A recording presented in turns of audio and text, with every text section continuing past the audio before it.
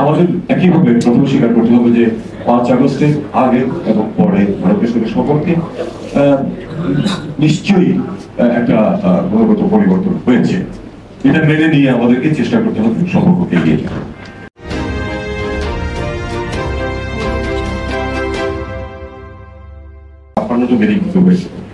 তো এটা খুব কাজে লাগতো, সেটা থেকে আমরা বঞ্চিত হচ্ছি। আমি মনে করি যে 10 বছরে আমাদের এই অঞ্চলের জন্য বড় ক্ষতি হয়েছে ওটাই যে আমাদের রাষ্ট্রভাষা প্রধানমন্ত্রী দেখা সাক্ষাৎ একেবারে হচ্ছে না, বিশেষ বড় দেখা না, শুধু মন্ত্রী পর্যায়ে সভা হচ্ছে না, সচিব পর্যায়ে যে স্ট্যান্ডিং কমিটি সেটা সভাপতি হচ্ছে।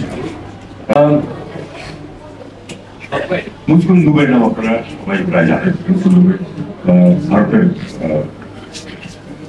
হাইকমিশনার ছিলেন, পররাষ্ট্র সচিব ছিলেন, এবং মুসলিম দুবাই কিন্তু আমার জেনারেল বিচারে উনি আঞ্চলিক যে একটা স্বার্থ সংশ্লিষ্ট বিষয় এগুলিতে তিনি খুব পজিটিভ ছিলেন। আমি বলবো যে বাংলাদেশের বিষয়ে, বাংলাদেশ সম্পর্কের বিষয়ে উনি খুব পজিটিভ ভূমিকা নেওয়ার চেষ্টা করছেন। উনি বেশ কয়েক বছর আগে মারা গেছেন, বেশ কয়েক বছর আগে ঢাকায় এসেছিলেন, ঠিক আছে, খুব বেশি সাফল্য আমরা আশা করবো না, কারণ আমরা সামিট লেভেল যত তাড়াতাড়ি যেতে পেরেছিলাম, এরপরে অগ্রগতি বেশি হয়নি, আমরা যাই। আমি এখানে একটি কথা শুধু উল্লেখ করবো যে আমার মতামত দিয়েছেন, অবশ্যই সেগুলি কিন্তু আমি খুব একটা পজিটিভ ভাইব পেয়েছি কিন্তু আব্দুল্লাহ মিঠু সাহেবের উপর। উনি কনট্রোভার্সিতে যাচ্ছেন, উনি বলছেন যে ব্যবসায়িক স্বার্থ, অর্থনৈতিক স্বার্থের কারণে তো আমরা একসাথে হচ্ছে। আমরা চাই যে আমাদের সবারই, বিশেষ করে সবচেয়ে দরিদ্র অঞ্চল থেকে অন্যতম সবচেয়ে বড় কথা আফ্রিকাতে ছিলাম, দারিদ্র কি আমি সেটা দেখে আমি সেটা দেখে এসেছি। আমি প্রচুর ভ্রমণ করেছি আফ্রিকাতে, প্রচন্ড চরম দারিদ্র আছে সেখানে। কিন্তু কতগুলি খেয়াল করবো, আন্তর্জাতিক কোনো নির্বাচন যখন হয় তখন আফ্রিকাকে বাদ দিয়ে কাউকে নির্বাচিত করা খুব কঠিন হয়েছে, কারণ তাদের মধ্যে যত সমস্যা থাকুক, যত বিষয় থাকুক, 50টি দেশ একসাথে ভোট দেয়, আমরা কিছু করি না। এটা আমাদের একটা বিরাট দুর্বল। 50টি আফ্রিকান দেশ একদিকে যখন ভোট দেয় তখন সেদিকে অটোমেটিক্যালি পাল্লা কিন্তু খালি করে, যে কারণে তারা আফ্রিকার পক্ষে আন্তর্জাতিক সংস্থাগুলোতে কিন্তু অনেক সিদ্ধান্ত নিতে পারে। সবাই খেয়াল করে দেখবেন, প্রচুর সংগঠনের প্রধান বা দ্বিতীয় প্রধান পদে কিন্তু আফ্রিকানরা এটা কিন্তু অনেক সুবিধা হয়, যে সুবিধাটা আমরা পাচ্ছি। এখানে একটা অত্যন্ত বড় এবং শক্তিশালী দেশ ভারত আছে, সাথে যদি আমাদেরকে দিতে পারতো সবাইকে, তাহলে কিন্তু ভারতেরও সুবিধা হতো, আমাদের অন্যদেরও সুবিধা হতো।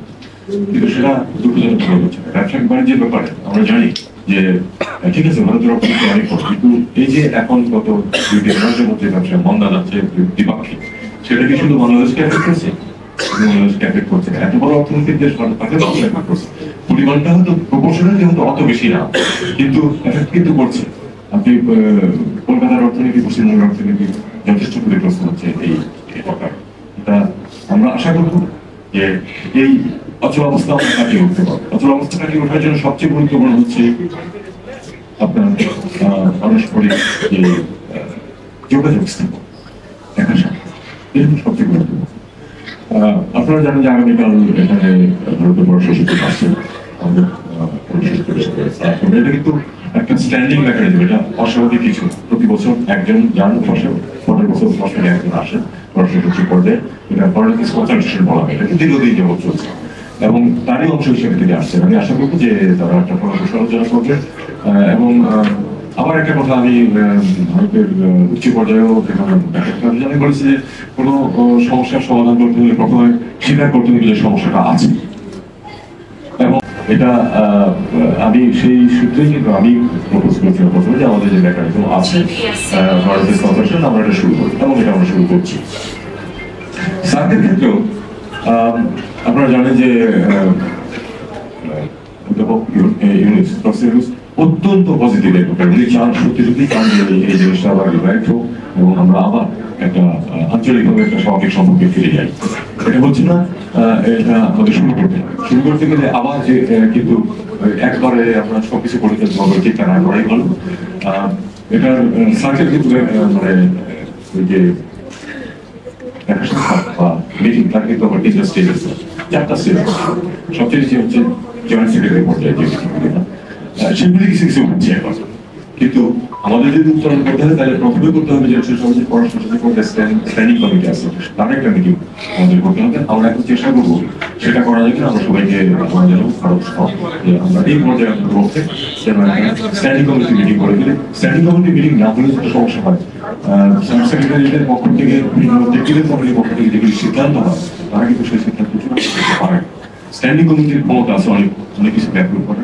এরপরে আছে হলো আপনার কাউন্সিল অফ মিনিস্টার, যেটা সেখানে প্রচুর সিদ্ধান্ত নেওয়া হয়, প্রায় সব সিদ্ধান্ত ওখানে নিয়ে যাওয়া যায়। কিছু কিছু বিষয় যেটা রেফার করতে হয় সামিট লেভেল। কাজে আমরা যদি প্রথমে প্রশাসনিক পর্যায়ে একটা মিটিং করে ফেলতে পারি এবং তারপরে আমরা সিদ্ধান্ত নিয়ে একটা বা দুটো মিটিং হয়ে তারপরে মন্ত্রী পর্যায়ে একটা সভা হবে, তাহলে কিন্তু আমরা অনেকখানি ডিজাইন করতে পারি। এরপরে আমরা চিন্তা করবো যে সামিট করা যায় কিনা। একটু সময় লাগতে পারে, কিন্তু দেশগুলো তো বা সরকারগুলো স্থায়ী হতে পারে, কিন্তু দেশ তো স্থায়ী এবং স্বার্থ স্থায়ী। কাজেই সার্কের ডিজিটাইজেশন প্রত্যেকটা দেশের স্বার্থ আছে, আপামর জনগণের স্বার্থ আছে। এবং আমি নিশ্চিত যে স্বাভাবিকভাবে একটা পজিটিভ একটা অ্যাটিটিউড কিন্তু মানুষের মাঝে আছে, সেটা রাজনৈতিক নেতৃত্বের উপর দায়িত্ব হচ্ছে এটাকে এগিয়ে নেওয়া। সেটা আমরা আশা করবো যে তারা নেবেন। শুরু হোক একটা পর্যায়ে বৈঠক দিন, যেটা কিন্তু গত 10 বছর হয়নি, এবং তারপরে আমরা দেখি যে এটা কিভাবে উত্তর পর্যায়ে নিয়ে গিয়ে আমরা সামিটে পৌঁছতে পারি। তো আমার মনে হয় যে